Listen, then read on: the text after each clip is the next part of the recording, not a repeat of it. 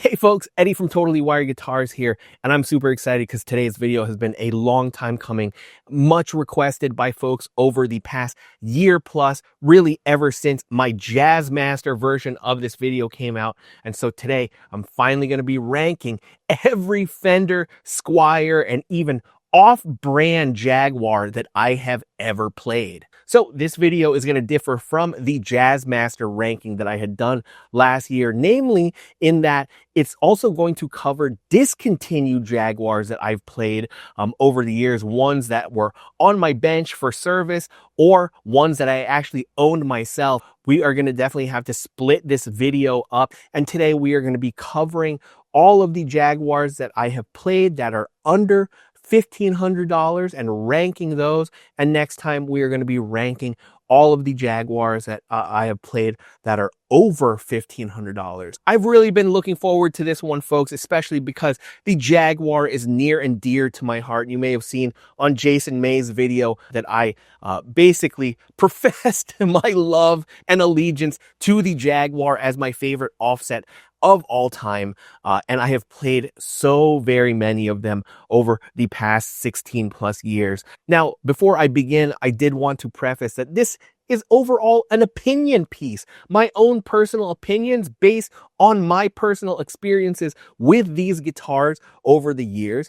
So I don't want you to feel bad if I end up giving a low rating. I've been threatened or just hit with negative comments from folks in the Jazzmaster ranking video, people unfollowing me and whatnot because I ranked their guitar, or maybe a guitar that they love, not as high as they had hoped. And it's just silly. It's just silly. Do not let one person have that kind of influence over you, whether it's for this or anywhere else in your life. I have no agenda aside from sharing what I've experienced with these guitars with you, but also be responsible and do your own due diligence, whether you are going to purchase one of these guitars or not, now or in the future. You should definitely look up the testimonials and reviews of other people that aren't on YouTube, to find out whether that Jaguar is the right one for you. So with that out of the way, let's go ahead and jump on into it and talk about friggin' polarizing. We are starting off with the Squier Vintage Modified Jaguar HH from 2011. And I'm coming right out the gate hot here, ladies and gentlemen, because man, look at this is the most goof troop ass Jaguar I have ever seen in my life. It is not a Jaguar anywhere else other than maybe the body shape and also the headstock, because I really don't know what the design department was doing with this series back in 2011 when these came out. It confused everybody in the offset community. We were glad to finally see Squier doing offsets, but at the same time, this is what they came out with at first. It's got two Duncan design, zebra style humbucker pickups. They kind of aped Dan Electro with this weird hardtail bridge.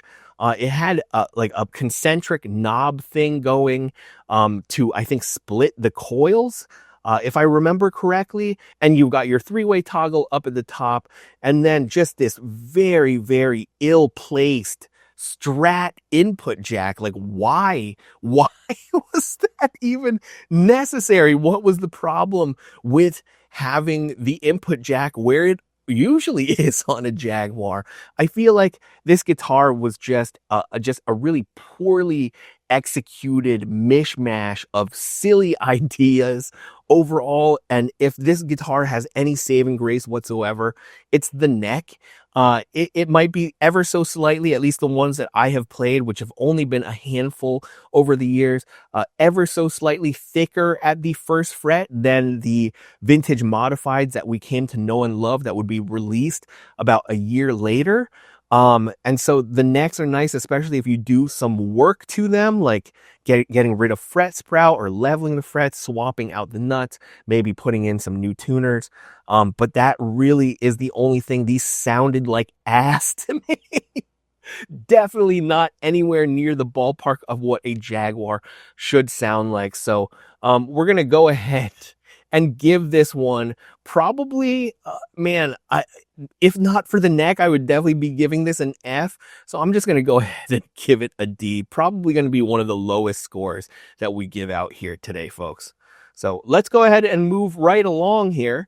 And we are moving on now to the Squier vintage modified Jaguar, again, that we all know and love. These came out in 2012. They were the very first Squier kind of vintage correct Jaguar and Jazzmaster that came out. And honestly, this one here that I shared with you last time in covering the MAR 2.0 kind of cheapy budget custom build, this started off as one of those vintage modified Jaguars. This is a year one. So the production date here is 2011. But these came out officially in 2012. They had basswood bodies and they had all of the vintage correct stuff in them. So if we click on this listing here, because you are only going to find these guitars in used marketplaces like Reverb or Guitar Center, Musician's Friend, whatever. These came with basswood bodies. They came with the vintage correct wiring configurations, along with a vintage style original threaded saddle, Jaguar bridge. These also had the tremolo. Things really haven't changed very much moving into the Classic Vibe series that would ultimately replace these. But I did notice that back then these plates were actually like chrome rather than nickel plated, like the ones that you see now on the Classic Vibes. Those ones have a kind of yellower or warmer kind of tint to the metal. And the necks had the proper, at least in my opinion, the proper nice rosewood, virtually indistinguishable from the rosewood that they were using on higher price models, like the ones that were made in Mexico, for example. A lot of them were very, very nice and dark. Unlike the Classic Vibes, these did also have synthetic bone nuts or just synthetic nuts, as well as medium jumbo frets instead of the narrow tall frets that we would find on the Classic Vibes. These can tend to be fairly nice guitars. Don't expect anything mind-blowing without putting in the work. I have found that most of them that have come through, where people have kind of sentimental connection to these guitars because they've owned them for a decade or more, will put in the work and they can turn out really, really nice. Again, this one here that I ended up doing fret work to really feels as good to me, if not better, than some of the 90s to 2000s, or even some of the more current MIJ guitars, because again, the attention to detail that was skipped that often makes these guitars feel cheap and kind of crappy was put in here. And yeah, I honestly, this has been the guitar that I've been picking up and playing the most, despite having a whole stable full of Jaguars back here that are definitely way more premium and way more expensive than that one. Now, going back to the pricing on these, you're going to see folks start to try to ask kind of crazy money for these guitars. But if you keep your eyes peeled on Guitar Center used or your Facebook Marketplace, Craigslist and stuff, I still do see them pop up for $300 to $350 or so from time to time in all original condition. And I think at that price, they definitely are a steal. I think the main selling point on these over the Classic Vibe 60s or 70s series is the fact that it does have that rosewood neck. So I'm going to go ahead and give the vintage modified, I'm going to give it a B minus C plus, because again, the tremolo, not great. The bridge, not great.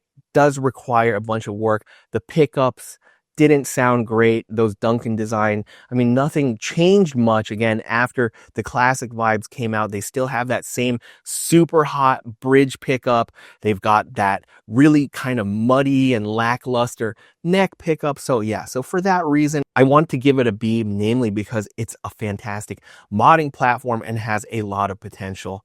So yeah, we're going to give it a B minus. All right, moving right along, we are now at the Squier Affinity Series Jaguar. I haven't actually done a formal review of this guitar. This guitar hasn't actually hit my bench. This is just one that I have played at a local guitar center. I'm not gonna lie, this one is a tough sell for me.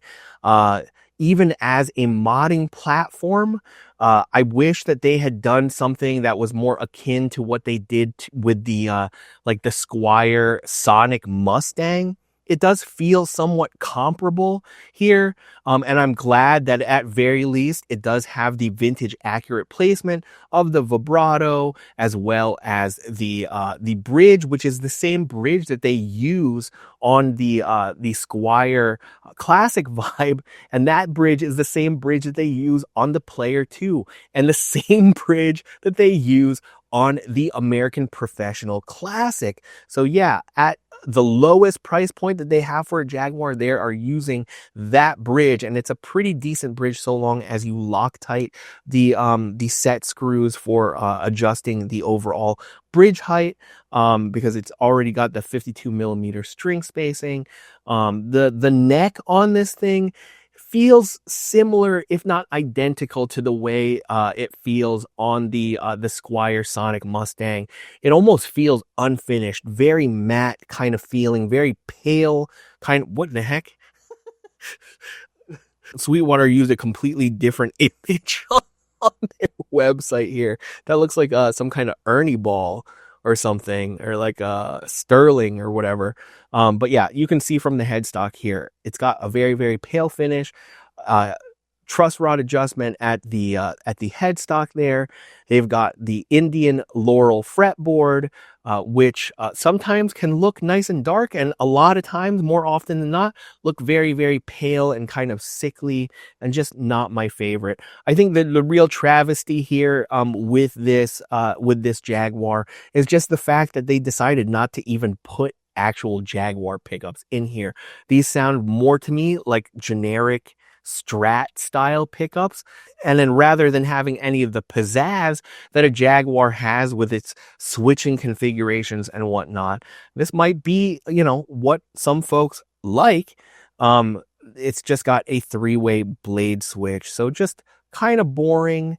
Now, I wish I could say that as a modding platform, this thing is awesome, but even there, unless you are ready and willing to break out the router, you can see here that it doesn't even exist to be able to put in a rhythm circuit here. The pickup cavities might even be ever so slightly too small lengthwise for proper Jaguar pickups to fit.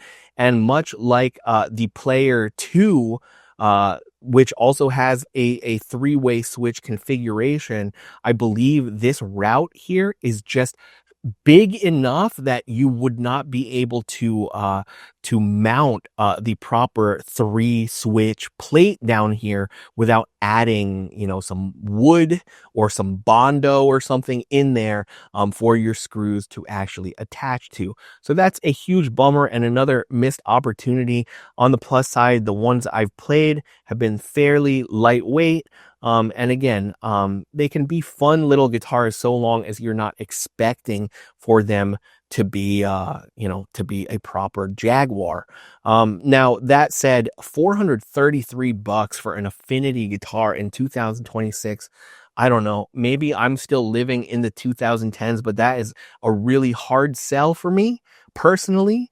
Especially because you can get a classic vibe Jaguar used around the $300 mark. So I just don't find this guitar to be that compelling at all. So I think for that reason, I'm also going to give this one a D. Not a fan of this guitar.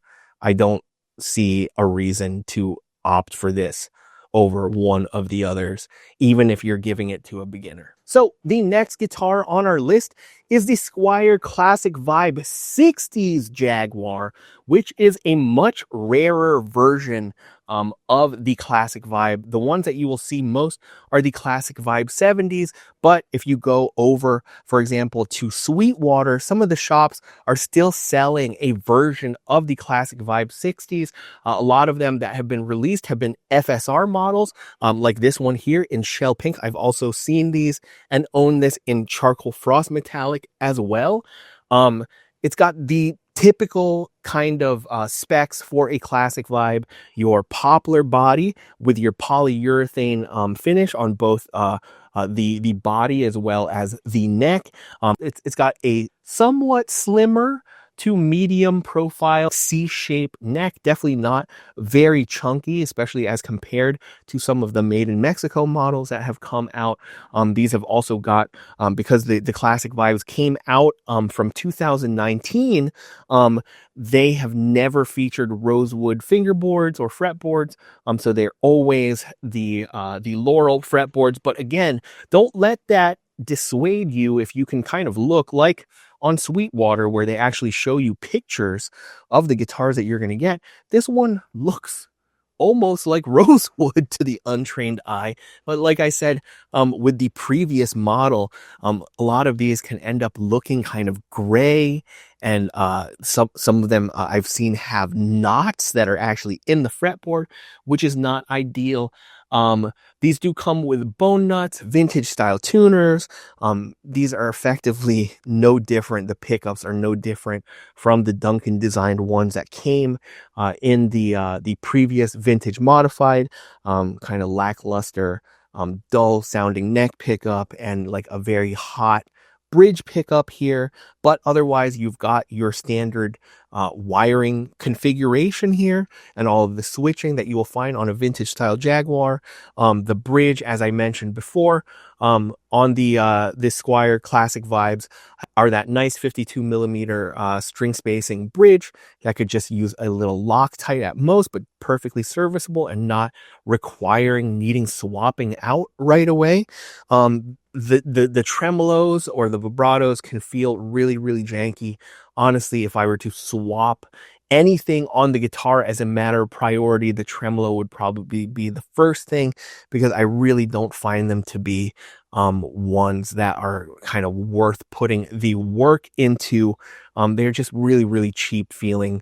And the things that you have to do to them, in my personal opinion, like rebending the arm, because unfortunately the arms sit too low, and attention to the kind of knife edge underneath where the string anchor plate is, and the fulcrum and all of that stuff.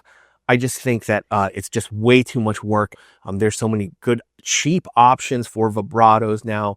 Foals, Geiger. You could pick up a Japanese vibrato unit, or even one of the made in Korea units that they are featuring now on the Vintera models. That and the pickups are really the weakest point on this model. And again, it's a Squier, right? So don't expect any miracles out of the box. This one here is exhibiting some fret sprout, some high frets, but aside from that, these have potential to be really, really great guitars, even as a main guitar. And I quite like these Classic Vibe 60s models. So I think I'm going to give this one, just for the fact, again, that it's got great potential, and the fact that they come with these matching headstocks and stuff. And also for folks who are not fans of the bound necks, I think I've got to give the Classic Vibe 60s. I'm also going to give it I'm going to put it in the same place that I gave the Squier Vintage Modified, because it's basically the same guitar, right? Except for the fret size is ever so slightly narrower. And you've got now your Indian Laurel fretboard instead of the rosewood fretboard. Effectively, aside from that, it's the same guitar. Oh, and the fact that they do have the full-size Jaguar knobs instead of the goofy-looking, like very pointy, smaller ones that were on the vintage modifieds. So yeah, B minus, maybe ever so slightly higher. I feel like the production quality has gotten just a tiny bit better than they were when the vintage modifieds came out. All right, so moving right along now to the Squier classic vibe 70s Jaguar. And to be honest with you, I think this is the best Squier Jaguar that you can get for your money. I find the fit and finish and just feel of this Jaguar to be noticeably higher than that of the classic vibe 60s Jaguar. Namely, I think because of the fact that this has a bound fingerboard, and so it's not as immediate for you to start to feel that fret sprout, which is again one of the things that you are going to feel that's going to leave an impression on you on whether a guitar feels quality or whether it feels cheap. Honestly, a lot of these out of the boxes, yes, they are going to need a full setup to be playing their best. Same thing, I'm going to start to sound like a broken record with some of these, but a lot of the issues that I find with these guitars are very common regardless of their price point. And in particular with the Squier Classic Vibe 70s, again, it is that same bridge. It's a good bridge, but it can use some Loctite. The tremolo leaves a lot to be desired. The pickups suck. But the star of the show here, outside of the fact that it's an excellent modding platform, is the neck. Again, that bound fingerboard, even though these fingerboards can look kind of gray, as you can see here, and kind of like very, very dry and lifeless looking as compared to a nice, rich, dark rosewood fretboard, the feel of them is good. The nuts are usually cut fairly decently. I haven't really had any issues with the many. I feel like I've had dozens of these now over the years be on my bench, and I have owned a number of them. I have used these as modding platforms for myself for guitars that I will build and then sometimes will turn around and sell, or build and kind of like soup up for friends. The downside is a lot of them can tend to be on the heavier side. A lot of these Jags are going to. But also some of the lightest Jaguars that I've ever played have also been Squier Classic Vibe 70s ones, with their poplar bodies. So it kind of is a lottery, if you will, whether you are going to win or lose in that department, as you could end up with one that's kind of in the 7.5 pound. I feel like that's the lightest that I have personally felt. Or you can end up with one that is over 9 pounds.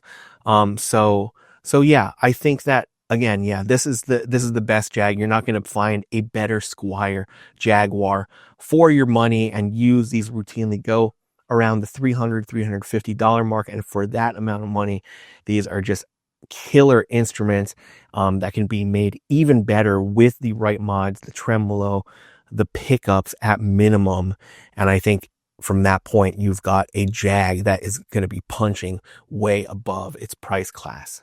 So for that reason, I feel like we're going to give our classic vibe here. I think I'm going to give this one a solid B. I think that's where it deserves, where it belongs. Could be an A if the pickups and the vibrato were better, and also the quality control, just like the tolerances on that bridge so that you didn't have to Loctite them, were better. But I think especially for the money, a solid B. All right, so the next guitar on our list has been the major disruptor and the only non-Fender Squier Jaguar that is on this list, and that is the Foals FJG7. This one here is a beautiful, beautiful example. I did a full deep dive review of the FJG7 and all of the reasons why I love it. And the Foals FJM7 Ultra, just the Foals that I've had in my hands for the most part, have been absolutely excellent. And the standout features of these is the fact that you are getting a Jaguar with so many premium appointments from an actual rosewood fretboard, fantastic fretwork, particularly fret dressing, where it feels like a guitar that's easily twice as much money as you know, the $600 that these go for, really only like $50 more than a new classic vibe. Then on top of that, you're getting this kind of like Mastery meets Hallen inspired fixed bridge, a premium feeling tremolo unit if you set it up correctly. You've got all cloth covered wiring. The cavities are already from the factory fully shielded with copper foil tape, giving you one of the quietest Jaguar experiences, honestly, at any price point that I've personally experienced. They also give you locking tuners and a bone nut as well here. It's got roller string trees for folks that like that. And it's also got that little kind of carve here at the heel to give you better access, supposedly, in your higher registers. But again, the standout features here are just the fit and finish for the most part. Now, I do want to take this opportunity as my test group grows beyond just the one example that I've gotten, as more of my clients start to get their orders, clients that live here in New York City or that have sent me their guitars for me to do setups and things on. And just keep in mind that despite my positive review, which again, I can't lie, I'm just sharing with you what my experiences have been. There have been a lot of questions from folks, whether I'm a shill or Jason Mays or Mark B, if all of us are just paid shills for Foals. And I tried to show you, just really unpack everything that I've experienced on those guitars out of the box, to the point where those videos are at an hour long, showing you everything that I find, both the strengths and the things that I love, as well as the weaknesses. And you have to realize reviews like mine, not to give myself any kind of self-importance or anything, has definitely hit the company with a higher demand maybe than what they were expecting. And now that's no excuse, but while the majority of people that have gotten them on offsetguitars.com, folks that have shared their testimonials by and large over on Reddit, you're still going to find your, small number of people that have had less than stellar experiences. And I would be remiss if I did not share that with you. At the end of the day, Foals is still selling a mass-produced guitar. And while they may be paying a bit more attention to some of the things that, for example, your bone stock Squier is not paying attention to, it's something that has to be said, because you might get something that has some finish imperfections, right? This one here is one that a client needed work on because it did have a number of high frets that had become unseated during shipping, that required me to actually glue them back down. It was not something that a simple, fret hammer would get reseated. Now, not a lot of folks have shared experiences like that, but I need to be transparent with you because, again, my integrity is worth more than gold to me. So I need to share that with you. That kind of work did need to go into this guitar. Other things that I've heard from folks, aside from finish imperfections, is that sometimes one of the issues that comes up when you've got fully shielded cavities is that sometimes, and this can happen even on a pro level build, sometimes part of your electronics, like a pot, like a terminal on one of your pots or a terminal on one of your switches, makes contact with that copper foil. If the copper foil, for example, becomes loose or starts peeling off of one of the walls while in transit, and if it makes contact with just the right thing, it's going to shunt that output to ground and either cut off the signal entirely, or it's going to function in a way that it is not intended. And so there are those kind of little things. Like, I've now worked on about, not including the two that I own myself, but I've now worked on 5 of them total. And of those, I guess 7 in total that I've now worked on, I'd say that this one here is the only one that has had those issues. So let that kind of be food for thought for you before you order these. They are fantastic guitars and definitely well worth the wait. That's the other thing that I have some criticisms of the company, which I can tell they are trying to do better. But you know, on their website, sometimes it'll say like 7 to 10 day shipping but for most of us who've ordered these, it takes at least a month, if not 6 weeks, sometimes 7 weeks for some people, depending on the color that you ordered. And they have not been great about like after purchase communications with folks, which I've talked to them about, and they have committed to try to do a more robust and transparent job at communicating with folks and updating them, because there's this kind of black hole or radio silence that happens after you've paid, and while it's going through the whole customs process, both in China and then finally after it gets here in the United States, there is this like kind of long window of time where you don't hear, and some people are quick to like comment in the YouTube videos or on Reddit or on Offset Guitars that this is a scam company, and that all of us YouTube people and folks with Instagram influencer accounts and stuff are paid shills that are like, you know, paid to help Foals scam everybody. But it's just not true. You just have to be patient. It's not an excuse for Foals, but again, I want to be transparent with you, and I'm going to be sharing that with everybody in any future Foals guitar videos that I am doing, especially if it is still kind of how the process is going and the experiences that people have. But yeah, you know, take what we say, like I said from the top, take what we say with a grain of salt. It very well could be they're sending YouTubers cherry-picked guitars. There are customizations that have been done. Like, for example, I got a different gig bag with my Foals FJG7 than what most people are going to be getting, right? Mark B got a different gig bag with his Foals FJM7 Ultra. So there are these little things that show that, yeah, they definitely are paying a little bit of extra attention. But at the same time, something that I want to tell you folks is definitely don't miss out on the fact that they are offering customizations on these. And again, for a $600 Jaguar, that's insane. You are never going to get that from a Squier. Never going to get that. So I think the biggest advantage to a Squier over this is the fact that if you pick one up at a Guitar Center or from a Sweetwater or whatever, you're not happy with it, you are immediately going to be able to ship that thing back or drive that thing back to the store and return it even the same day that you get it.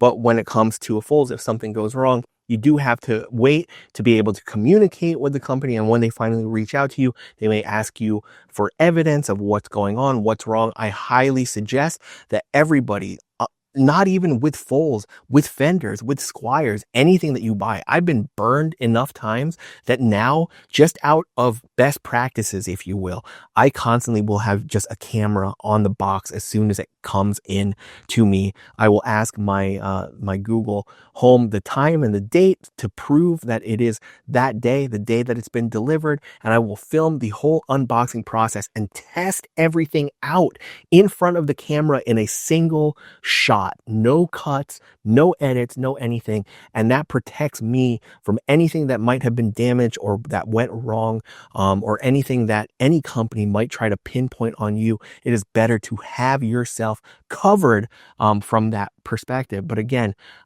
most of the people, the overwhelming majority of people that have gotten the Foals guitars have been happy, but there have been a select few who have had less than stellar experiences. So I needed to share that with you all, despite the fact that I really think that this is probably the best value for your money Jaguar on this entire list. So with that said, based on the merits, the examples that I've gotten, which again, I've had some clients bring their Foals over to me that were in even better shape than the review units that I got. I just had one in that I converted to a baritone, which is going to be appearing in one of my videos that's going to come out soon, an FJM7 Ultra.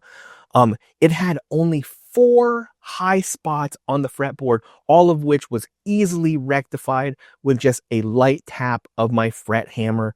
And then aside from that, completely buzz-free, all the electronics, everything worked perfectly. So I was shocked. I can't admit to thinking that the ones that we got were cherry picked because I shared and was very transparent about the issues that mine had with them. So again, take what I say and what anybody says with a grain of salt. These are still mass produced guitars. These are still budget guitars. But what you are getting for your money, like I shared in my full deep dive reviews, is unreal. So I'm going to go ahead and just based on that alone, give the Foals FJG7 a B plus. I want to give it an A. I really want to give it an A, but I feel like because of those like communication issues and like the fact that it takes over a month to ship and all of that stuff, those are kind of the things that are like holding it back a bit from being an A tier guitar for me personally, especially the more I learn and the more of these that I get in my hands and what I hear from people over time. So yeah. All right, moving on now to the Player 2 Jaguar. This is another one that I haven't done a formal deep dive review yet on my channel, but as soon as I get the Vintera 3s that I still have with me sent back to Zounds, I'm going to get my hands on one of these and do the full review. I have played an Aquatone blue version of this at a Guitar Center.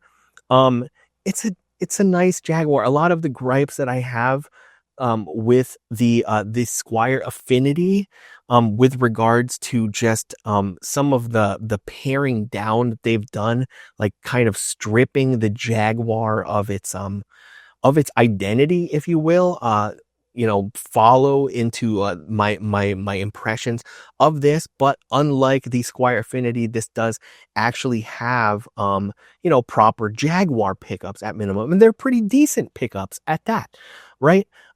Yeah, we do have our three-way switch. I think the star of the show with this Jaguar is definitely going to be the neck. The neck feels really nice. The rolled fingerboard edges is a nice touch on these Jags. These ones have medium jumbo frets along with those classic gear tuners. This has a synthetic bone nut. It has a rosewood fingerboard, but it's the same rosewood fingerboard that I've complained about on the Vintera series as well, where it just kind of feels dry and unfinished. Easy enough to sort out yourself with some micro mesh pads or some Scotch-Brite or like steel wool or whatever, so long as you tape up your pickups. But yeah, almost $900 though. I know people got really miffed that I gave a low ranking to the Player 2 Jazzmaster. And there are just some things about this guitar that I'm not a fan of. The first thing, which I've gone on record many times to say, I'm not into personally, as a matter of preference, the moved up tremolo system. It definitely helps with regards to a better break angle behind the bridge without having to raise the bridge as high as you would on a Jaguar that does have the vintage accurate tremolo placement. But I do feel that it affects the overall feel and responsiveness of the tremolo in that location. It's not a huge deal. It doesn't like completely ruin it, but it's noticeable to me. The bridges on these are the same exact bridge that comes on the Squier Classic Vibe. It's that zinc alloy 52mm string spacing Mustang bridge. It's a nice bridge. Still needs the Loctite. It has premium electronics like your CTS pots. I think this is a Fender branded three-way switch, not a an Oak Grigsby one. But aside from that, I think because of the pared down nature, the upside to this is the fact that these can be a bit lighter in weight than your standard Jaguar, but also as a modding platform, these are not ideal. Because they are missing the route for the rhythm circuit. They are missing necessary wood for you to be able to mount a traditional Jaguar pick guard and also control plate on here. So unless you're willing to do that kind of guitar carpentry as your mods, then this one is kind of out of the question for most folks that don't have access to those kinds of tools. So I feel like I'm going to be a little bit kinder to the Jaguar version of this because it wasn't that like it's not a bad guitar. I think that if you are going into it with the expectation that this is not a traditional Jaguar, this is a modernized, stripped down one with an inferior vibrato. It definitely feels worse and cheaper, kind of jankier feeling than the vibrato that's on the Vintera 2 and 3. It honestly doesn't feel that much better than a Squier 1 to me. Personally, I would not be surprised if the only difference between the two is the fact that this one has Fender on the faceplate. But aside from that, it's a solid guitar. I'm gonna give it a B minus. I'm gonna give it a B minus. It's not my personal preference, but with the right work, this too also, which is going to be a common theme for most of these made in Mexico guitars. It was shared with me by the man, the myth, and the legend, Ron Thorne himself, that Ensenada, where these Mexican Fenders are made, is by the beach. It's 70% humidity all year long. So as soon as these come off the production line and into the boxes to be shipped all over the world, if they are passing through drier climates and staying in warehouses and stuff where it's drier, these fretboards start to shrink almost immediately. And that's why these made in Mexico Fenders are so susceptible to fret sprout, and pretty extreme fret sprout at that. But again, it really is going to depend on the climate and the humidity where you live and where you bought yours from. Because like for my friend Jack over at Offset Guitars, who has a number of made in Mexico offsets, he says that he hasn't had any issues with them whatsoever. Maybe because it's raining in the UK all the time. Who knows? But for me in New York City, where the humidity kind of drastically fluctuates, particularly between winter and spring months, and definitely in the summer, these have been pretty bad on the fret sprout, and also with frets becoming unseated as well. It gives people the impression that these weren't done well from the factory, which these may have been perfect actually from the factory. They very well could have been, and it's just that the forces of nature have taken hold, and now they feel less than ideal once you finally get them out of the box. So take that into consideration if you get one. Now, the next guitar that we're going to be talking about is the classic player Jaguar. People were really excited about these when they came out. These came out, I believe it was 2007 or 2008 that these came out, but a more premium appointed, but also modernized Jaguar. So these had rosewood fingerboards, medium jumbo frets, 9.5-inch radius. They kind of had these like more hot Jaguar pickups. They were not like the classic player Jazzmaster pickups that were actually P90 hybrids. These ones were just a bit hotter in their voicing for the modern player. They did the very first iterations of this that I have found and that I've owned and that I have worked on. Actually, my suspicion was always the fact that they were AVRI vibratos, but with screw-in vibrato arms, right? And I said that because the earliest examples had an imperial spec threading to the collets. So if you did not like the screw-in arm, you could replace the collet with one from an American Vintage reissue, and that would drop right in. In later years, had switched to a metric spec, so you no longer could do that. And then the whole where the collet protrudes from stopped being a perfect circle the same way that it is on an AVRI unit, and instead became the oval that we still know today. The tremolos are made in Korea. They're decent. The steel or metal that they are using is not great. Mark B very recently reported that one that he had put on one of his builds like completely wore out to the point of being unfixable. And I can kind of vouch for that feeling, that lower quality from those units overall. But these classic player Jaguars were awesome. And this is coming from somebody that that is not a fan of the two-pneumatic bridge. That I think that, and also the pushed up tremolo placement, both of those things are kind of like reasons why this isn't my favorite. I would be more apt to rank this higher for my own personal preferences if those two things were not in place. One of my favorite things to do when these come through from a client, a lot of clients are like, is there anything I can do to make this feel more like a proper Jaguar? And swapping out that screw-in tremolo arm, and also uh, doing like a proper conversion to an actual rocking bridge, or even if you don't want a rocking bridge, like using mastery conversion thimbles or Offset Guitars UK's conversion thimbles, to swap it for an actual offset bridge that actually matches the radius of the fretboard and the frets, goes a long way in making these feel so much better. But yeah, I have a soft spot in my heart for the classic player. My very first my very first jazz master was my very first serious jazz master was a classic player jazz master, and that is one that I hold near and dear to my heart, and I have a high impression overall of the Jaguars too. So I think for the classic player Jaguar, which you can find, by the way, don't let anybody, fool you into paying like $1,500 for one of these.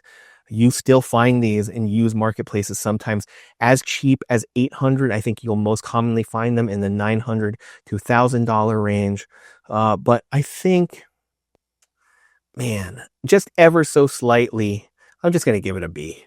I think it's a B. I think it's a B. Yeah, I think it's a B.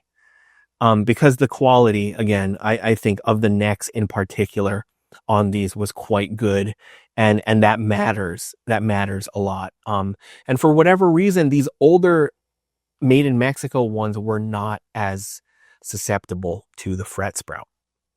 Were they in a different location? I'm not too well versed on my Fender factory location history, so that very well could be it. I'm going to give it a solid B. Now, pretty much in lockstep with that, our next guitar here is another classic player Jaguar that came out basically exactly the same time, but featured two humbuckers instead, and a very unique switching system, basically turning the rhythm circuit into a coil split. So the roller, for example, here would turn in one direction, turn your humbucker into a single coil, and then in the other direction goes back to being a humbucker. Same with the other roller for the neck pickup. The rest of the stuff was your traditional Jaguar. The specs, aside from the pickups, were pretty much identical to the classic player Jaguar that we just talked about. This one came in white and sunburst and red too, I think. I don't quite remember the colors. Still had the same vibrato, the screw-in arm. I am not a big humbucker fan, but for people who want to do kind of like a jazz blaster thing on a Jaguar, this is awesome because the routing is already there for you. I'm not going to count against this one for having humbuckers or that weird switching, because again, the necks on these were phenomenal, particularly those earlier ones, like prior to. They did continue to make the classic players up until I believe they were replaced by the Vintera 1 series in 2019. So the very later examples of the classic players did feature Palfero fretboards, and those were not as nice as the earlier examples, in my personal opinion. Let's go ahead and give this one, I'm going to rate it the same, maybe just ever so slightly lower, ever so slightly, not quite B minus, but we will just put it ever so slightly lower than the classic player with single coils. Okay, making our way to now the almost the 2020s. We've got our Vintera 60s Jaguar.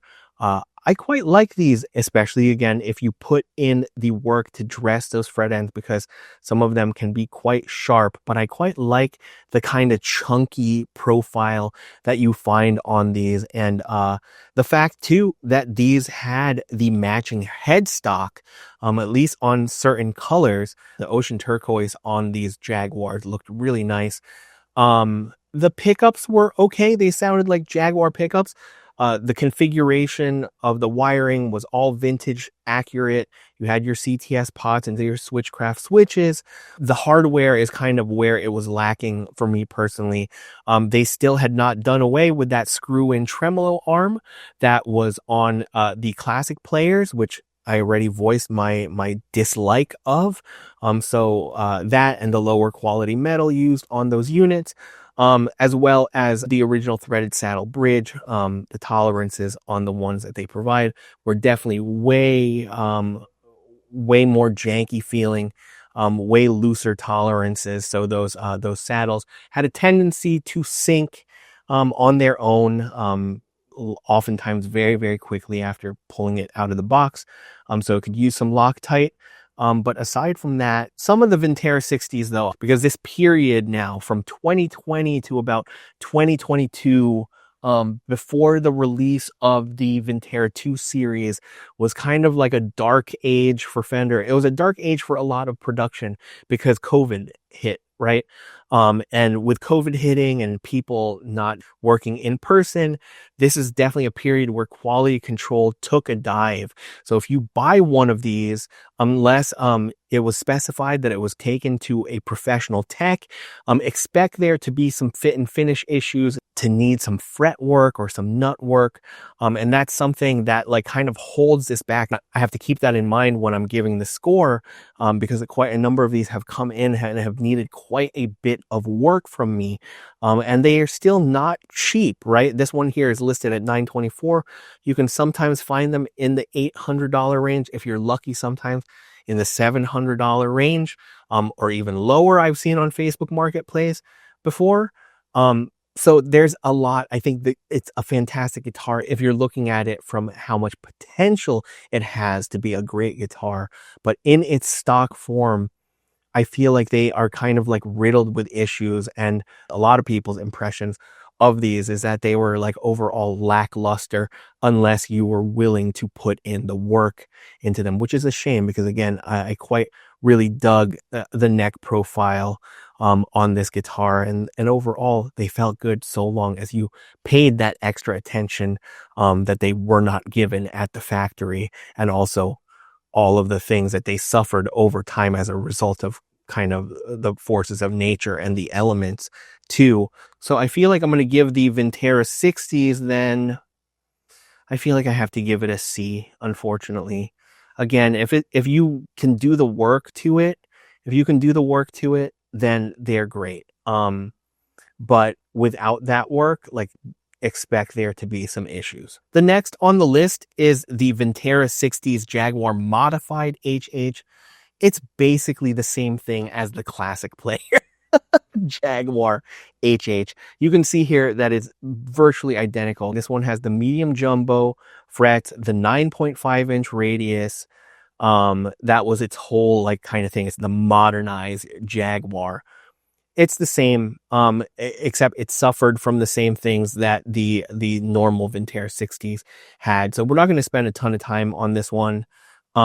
The ones that I've had through, like, they had issues. They needed sorting, unfortunately. But given the right attention, similar to what I said about the Vintera 60s, they can be great guitars. I think for that reason, I'm going to go ahead and give this one a C as well, because they were like noticeably lower in quality and fit and finish than the original classic players was. So I think that's fair. We are now in Japan. And I've gone on record to say how much I love the Fender Japan, offsets, and the traditional 60s Jaguar is no different from that. The fit and finish on these is just phenomenal. I've had ones that were flown straight here from shops in Japan. It got here within 3 days because some of those shops are friggin' amazing. I've had ones where a flight attendant friend who went to Japan, literally went there to buy one of these and then brought it to me as soon as he arrived back in New York. Man, like just killer attention to detail, particularly on the fretwork, the neck feel, the electronics. If in case you didn't know, from 2018 onwards, they kind of unified with Fender USA and what Fender Mexico were doing. So these now, unlike the previous JG66 Jaguars from the 90s and the 2000s, these did feature full-size CTS pots, switchcraft switches. The pick guards were cut to the same spec as US ones now, so you didn't got the body profiling data had been unified with the US, so the bodies were now cut the same exact way that the US bodies were cut. And you can find these in FSR colors as well. Shell pink I've seen Lake Placid blue is another one. Sonic blue I've seen, this killer like black, almost like Ineron spec one. And they all sit around this kind of $1,000 or $1,100 to like $1,300 range, depending. Obviously, if you go to Japan and pick one up yourself, it's going to be quite a bit cheaper. You'll probably walk away with one being, just breaking $900. And you won't get charged a consumption tax since you're not a Japanese resident if you're over there. But expect to pay around that price range. Now, the thing that I did want to say about these that does hold them back from like a perfect A score, aside from the fact that they do come with the threaded saddle bridge, the tolerances on the Fender Japan ones a little bit better, tiny bit better than the ones that are coming on the Vintera models. But not that much better. They still could use some attention, still could use some Loctite. But the big thing, the most disappointing thing, I would say, is the fact that all of the Jaguars from Japan that have been coming out for the past while now all have a 40 millimeter nut width, and that is a absolute deal breaker for some people. That and the fact that these do come with what Fender Japan has designated to be U-shaped necks, and those U-shaped necks, they feel like baseball bats to some folks. Very, very full in hand, which is strange because I was told by one of the shop owners in Japan that I am in communication with on a fairly regular basis, that the reason why they swapped to that 40 millimeter nut width is because Fender Jaguars are considered to be girls' guitars or women's guitars in Japan. Very weird. I was like, have you never heard of Johnny Marr? But whatever about that. It's just funny because to counteract that, maybe they've now given a more fuller, like more prominent shoulders to the neck profile of these guitars. And as such, while I've owned a number of these, I've eventually had to sell them all because I just ultimately realized I didn't get on with the necks. Open chords or cowboy chords just felt a little bit too cramped on that 40 millimeter nut width. I often was feeling hand pain when doing bar chords, probably just because I suck at guitar and pressing too hard. But it was not something that I was experiencing on some of my other Jaguars that I own that do have less thick and more C-shaped necks over this U-shape. So that is food for thought. I wish that you would just be able to play these at any shop near you, a Guitar Center or mom and pop shop. But unfortunately, it's one of those things where it's like, it's kind of a gamble. I'd say if you have smaller hands, this may feel better to you, that 40 millimeter nut width, or you just know you've played other 40 millimeter nut width guitars, or even if you've played an A width, like vintage neck on like a Mustang or a Jaguar, and you get along with that narrow nut width, then most likely you will get along with this. So just, that's my only caveat for these otherwise really amazing guitars. So I'm gonna go ahead and give the traditional 60s Jaguar, I have to give it a B+. because it just like the work that goes into it. Can I give it a B plus? I think I have to. They're so good. They're really, really good. It's just will come down to a matter of preference. Now, that said, it's funny because the only other B plus that we have right now on the chart here is the Foals FJG7. And as you can see, it can potentially be half the price of the MIJ. Both are coming from overseas. If you know where to order from with the Japan ones, they can be at your doorstep within a week or even less. And they are excellent with communication over there. And you just know that I'd say that the production quality and the production methods of Fender Japan is just way more consistent, despite the fact that the overwhelming majority of people have really liked their Foals. If you're not willing to gamble and you want the next best thing from that, then I would say that it's the Fender Japan. Just one other thing that I forgot to mention about the traditional 60s is that they all feature basswood bodies unless you get one of the FSR models, which we're going to be talking about next anyway, which is, again, not a big deal. I think basswood is a perfectly fine tone wood. It's a little bit softer, easier to ding. But aside from that, the upside to that is some of these basswood Jaguars coming out of Japan now. I've seen some of the lightest Jaguars that I've ever seen. I just really didn't even think it was possible. Saw one that was like 6.8 pounds, which is crazy. I think Jim from Audio Mo Music said that when they're that light, you do end up with neck dive. The lightest one that I've had, I think, was like 7.2 or 7.3 pounds, which is crazy light for a Jaguar.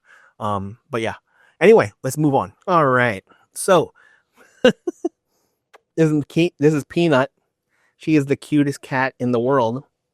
And she's a mini cat. She's already fully grown, but she's tiny. Next on our list, price-wise, is the Fender Vintera 270s Jaguar. And this was a very polarizing release because not everybody is a fan of this maple neck with black block inlays and black binding.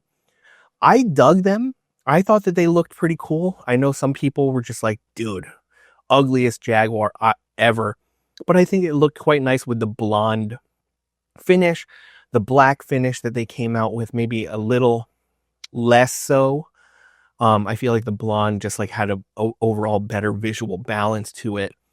But these were definitely an improvement quality-wise and feel-wise over the Vintera, the original Vintera 60s Jaguars. I've had a number of these in the shop over the past couple of years.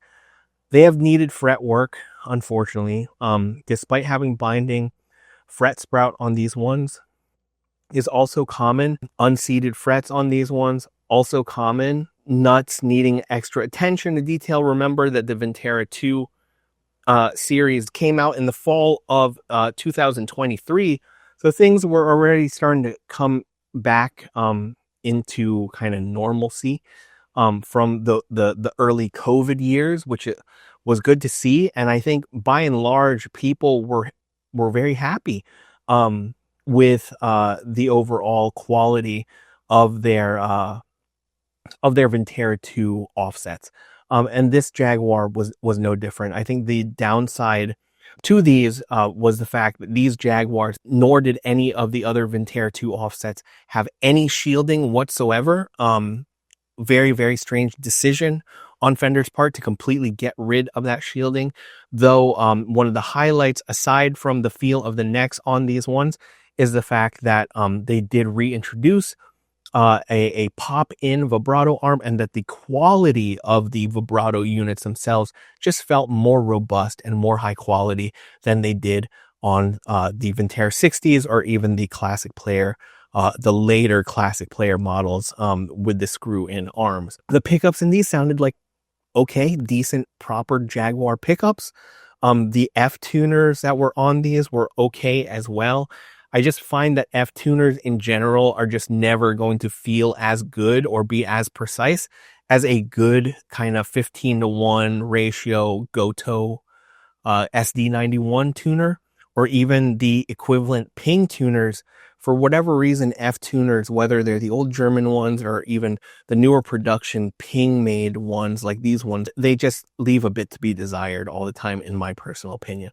But yeah, the Vintera 270s Jaguar was good. So while polarizing, I would say that the Vintera 2s, which can be found as cheap as you saw, as cheap as $1,000, sometimes $900, I think it's a solid Jaguar for the money, so long as you can get on with the aesthetics.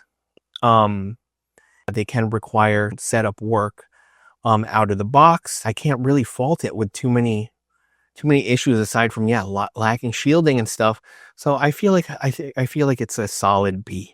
It's a solid B Jag. All right, next in the price tier bracket is the American Professional Jaguar. Now these ones, in case you haven't seen my full review of this guitar, you can check it out here.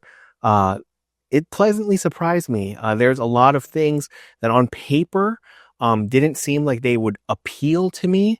But this, much like the American Professional Classic Jaguar, and also all of the variations of the American Professional Jazzmaster I've tried, these just feel like, if you've ever played an American Standard Strat or Telecaster, if ever there was going to be an American Standard Jaguar, this would be it. The neck very, very much felt like an American Standard to me. It had that kind of semi-gloss, semi-satin kind of feel to it.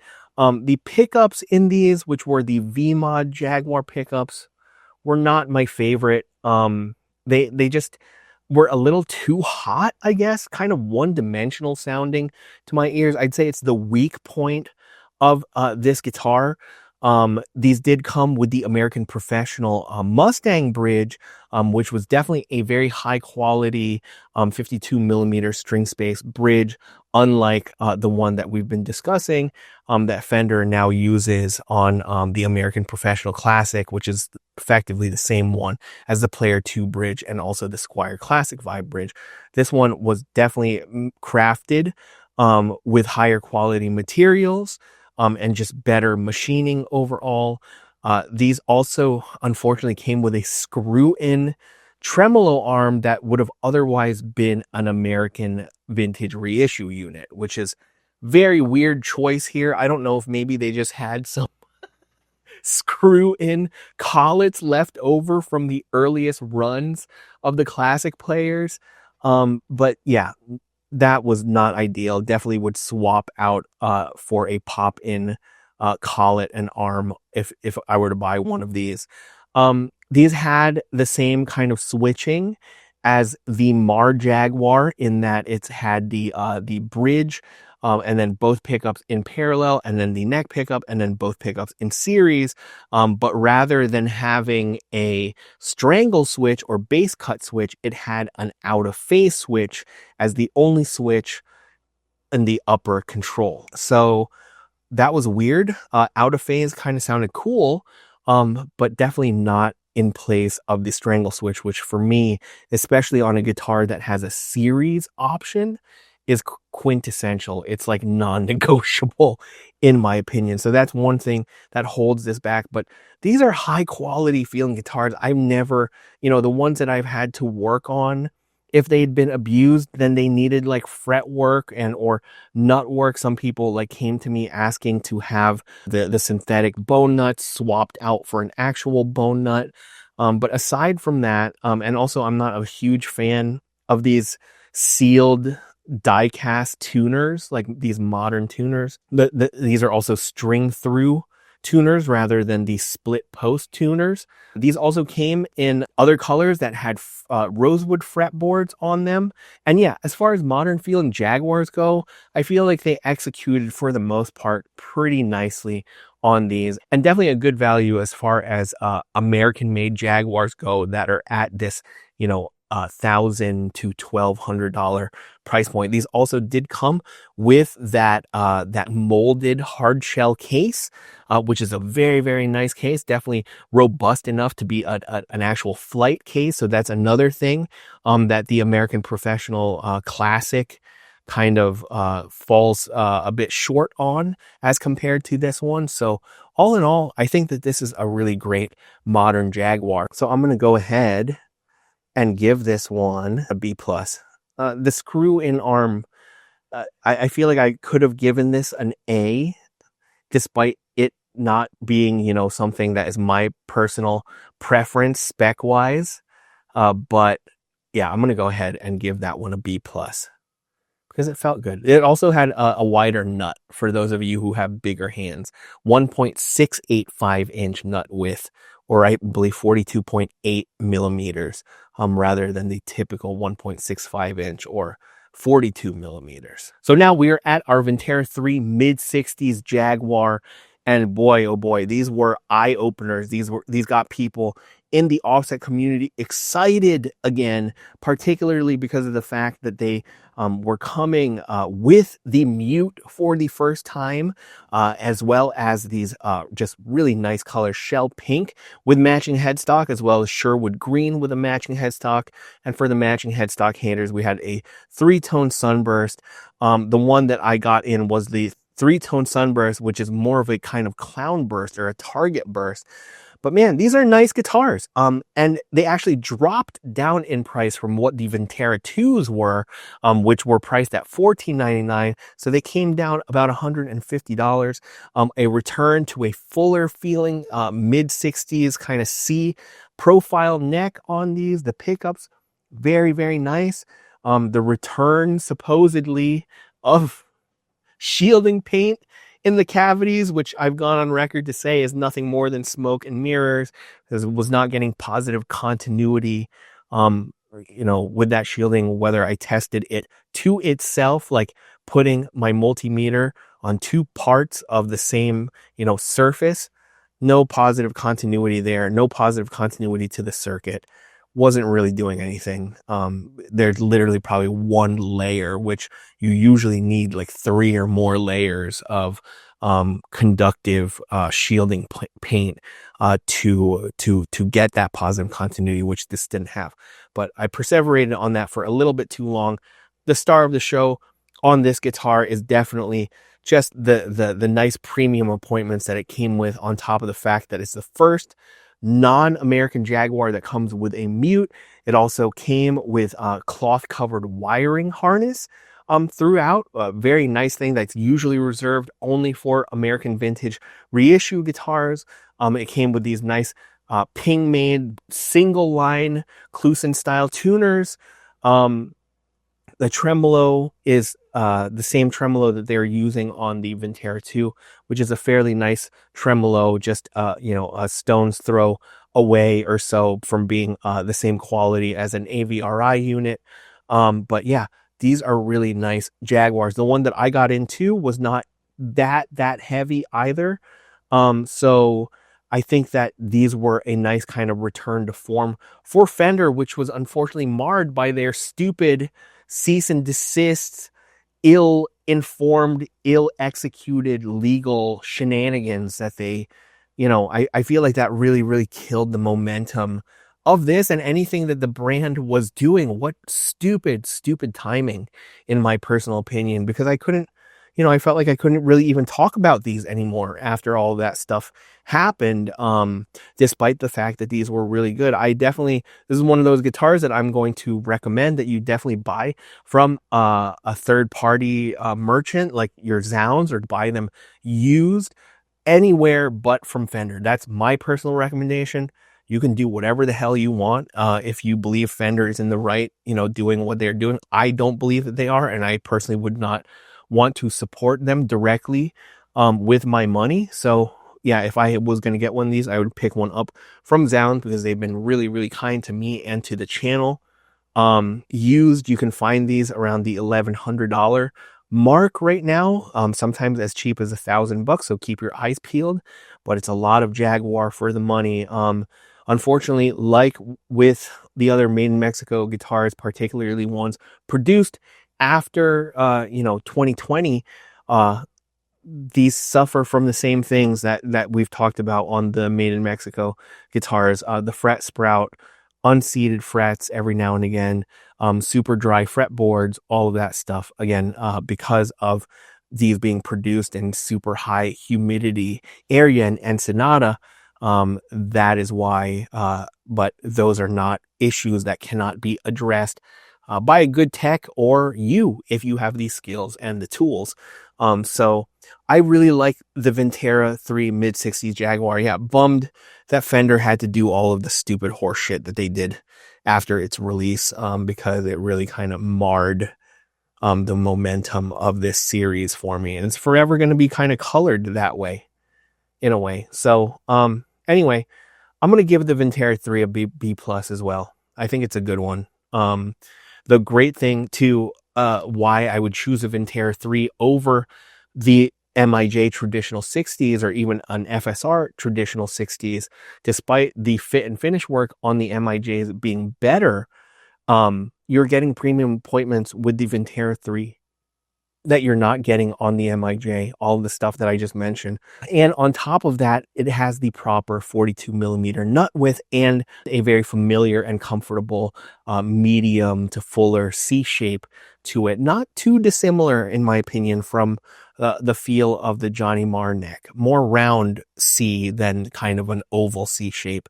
But yeah, they are great guitars, especially if you are willing to put in any work if you are experiencing any of those shortcomings that I mentioned. But yeah, solid B plus for that one. So next on the list, we kind of skipped around a little bit here because the pricing is starting to get a bit hazy. The majority of the next guitar you're not going to find, for this cheap. A lot of people are asking for more, which is why I put it after the Vintera 3. You also have to account for any tariffs that you might have to pay, duties, and all of those things. So the next guitar on our list is a tried and true 90s to 2000s MIJ CIJ. There is a lot of variation in between those years that they were produced. I unfortunately never had an 80s MIJ, but there is a decent amount of variation, and it just would take too long for me to try to cover all of the various distinctions. It really merits its own video, so I had to kind of put them all under the 90s to 2000s MIJ CIJ category of Jaguar. And these are just, wow. These are phenomenal Jaguars in a lot of ways. Some of my first and best Jaguars that I played for quite some time were made in Japan Jaguars. And they were just in a class of their own, particularly in that fit and finish category. They came in at a price point that was beneath the American vintage reissues. And they were held back by a couple of things that, were not ideal. They were famously known. This one, for some reason, has a two-pneumatic bridge. Most of them did not. They mostly had the threaded saddle bridge on them. 7 1/4 radius, vintage size frets. Basically a 62 reissue, but made in Japan, right?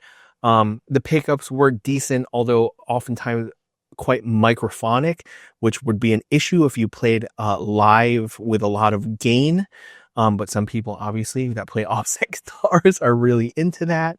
I think the place where these suffered the most was probably in the electronics department, as well as the hardware, at least from a bridge and tremolo perspective. The old MIJ vibratos didn't feel that great. They felt kind of janky and low quality. Bridges, those original threaded saddle bridges, same thing.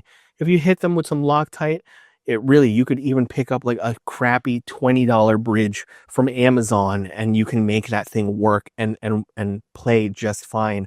Same goes for this. These came with the smaller alpha mini pots instead of full-size pots. And all of the electronics in here were just like cheap import spec stuff, though usually wired very meticulously, which would result in fairly low noise too, because each of the wires was independently shielded. That's how meticulous it was. really nice neck feel, particularly the 90s ones had these really nice slim, like really paying tribute to the earliest, 1962 63 Jaguars that I have played, with those really slim necks. I think most of these had 1.65-inch nut widths. Every now and again you would see one that had like a 1 5/8 inch. They usually had Goto tuners. Now there is a myth here that I did want to dispel in today's video, that most of the made in Japan guitars back then that were these solid colors, that were non-transparent colors like a sunburst, that they were all made of basswood. But my friend who runs the account Imima, who specializes in Japanese Fender offsets, among other Japanese Fender guitars, showed me that actually it was only very short windows of time, and that's what I'm showing you here. Short windows of time when basswood was being used as a wood, and you can see here the distinct years and where basswood was used. So if we're looking solely on the Jaguar, they only used basswood in 1986, in 1990, and then also in 1995. And this is when these were being produced at the Fujigen Gaki plant, from the 90s to the mid 2000s, I believe. And then from there, they transitioned to the Dynagaki plant. If we go and follow all of the Jaguars being produced by Dynagaki, you can see that from basically 2002 onwards, all of the production years all use alder or ash. So there you go. Get your facts straight, because all of those classic Fender Japan Jaguars were using alder after all, regardless of which color they were using. So back to our JG66. Yeah, phenomenal guitars. A lot of times, I think people treated these mostly as like the perfect modding platform. The only downside to that was that the Japanese profiling for the body and the pick guards were kind of their own thing. And so American spec pick guards and things like that usually wouldn't fit. If you had to get a mastery bridge for these, you had to get like the M2 spec for the bridge posts of that. So there's a number of things that were just very specific to the Fender Japan Jaguars, but just the quality, the feel, the fit and finish. A lot of these did tend to be on the heavier side, I feel like, in my experience, with just a very select few feeling a little bit lighter. But for the most part, yeah, I'd say firmly in the 8.5 and up kind of range for most of the ones that I personally have owned, and a lot of the ones that I've worked on. And just solid guitars, and crazy how much they stand the test of time. I sometimes will get ones, that have been around for like 30 years and still is not in need of any fret dressing, which is craziness. Some of them have been around the world, so I don't know what Fender Japan, what kind of sorcery they were doing to produce these necks. But they really are the highlight in general, of these eras of Fender Japan. And so despite the fact that they had kind of crappy electronics, and less than stellar hardware, man, I mean, the feel of these necks alone, and just as modding platforms, again, like just so many great Jaguar examples that were of these MIJ, CIJ, JG66 ones. I feel like I have to give my first A here. I have to. It's only right. And yeah, they are usually, you sometimes can get lucky and find one still for like $1,000, but you see a ton of people trying to charge crazy money for these. Be smart, do your research. Obviously rarer custom colors are going to fetch more money. But on average, if you're just going to get like a sunburst one, or like an Olympic white one, or candy apple red, not a super rare color, you likely will be able to land one between $1,000 and $1,500.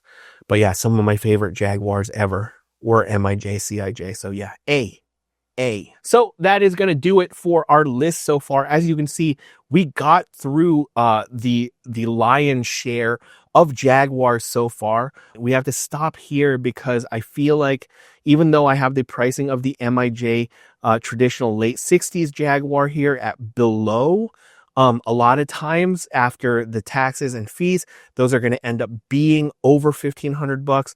The FSR traditional 60s as well are going to push us beyond that $1,500 price point. So I feel like it's best for us to save these models and start off with those ones in the next video. And yeah, next time we're going to be covering all of the ones that we have left here, which is a nice selection in its own right.